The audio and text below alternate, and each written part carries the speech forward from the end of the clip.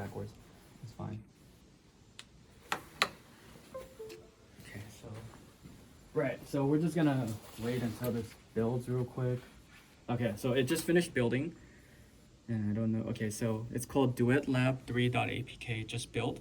So what I'm gonna do now is basically go over here. And the reason why this is not connected to that is because I can't find the USB-C adapter.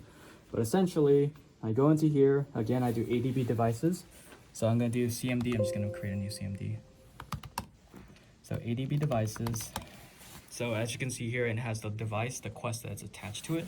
And then I do ADB device or ADB install -r duet lab 3.apk, right? .apk lowercase.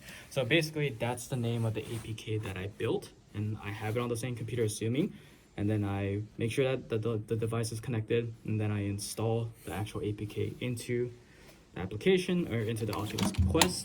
I'm sorry, Oculus Quest, and basically the Oculus Quest, you can access it through library, unknown sources, and then the name of your application, which is like 360 or whatever. And then here's the last part is accessing the tracking data. Basically, you have to connect your Oculus Go or Quest, whatever, it's the same thing. Go and the Quest, they work the same way for the most part.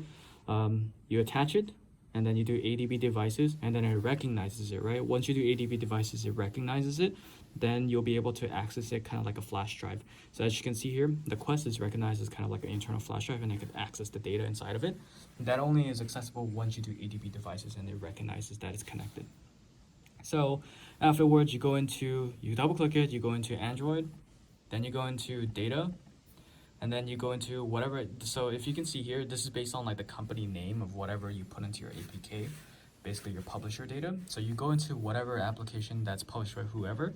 So for my example, it's the 360 video, right? So as you can see here, it has all the tracking data. The first one is kind of like the location data, and you're gonna see a bunch of zeros here because like I didn't move the controllers. But basically, yeah, you're gonna see like all the 6 degrees of freedom, and including the left and right rotational data tracked, and you're also going to see the data for location. So it's like at this Unix timestamp, you were out of the tracking zone of the grid, and at this time span you were looking at this specific quadrant. So that's kind of how you access the data. Okay, I think we're done.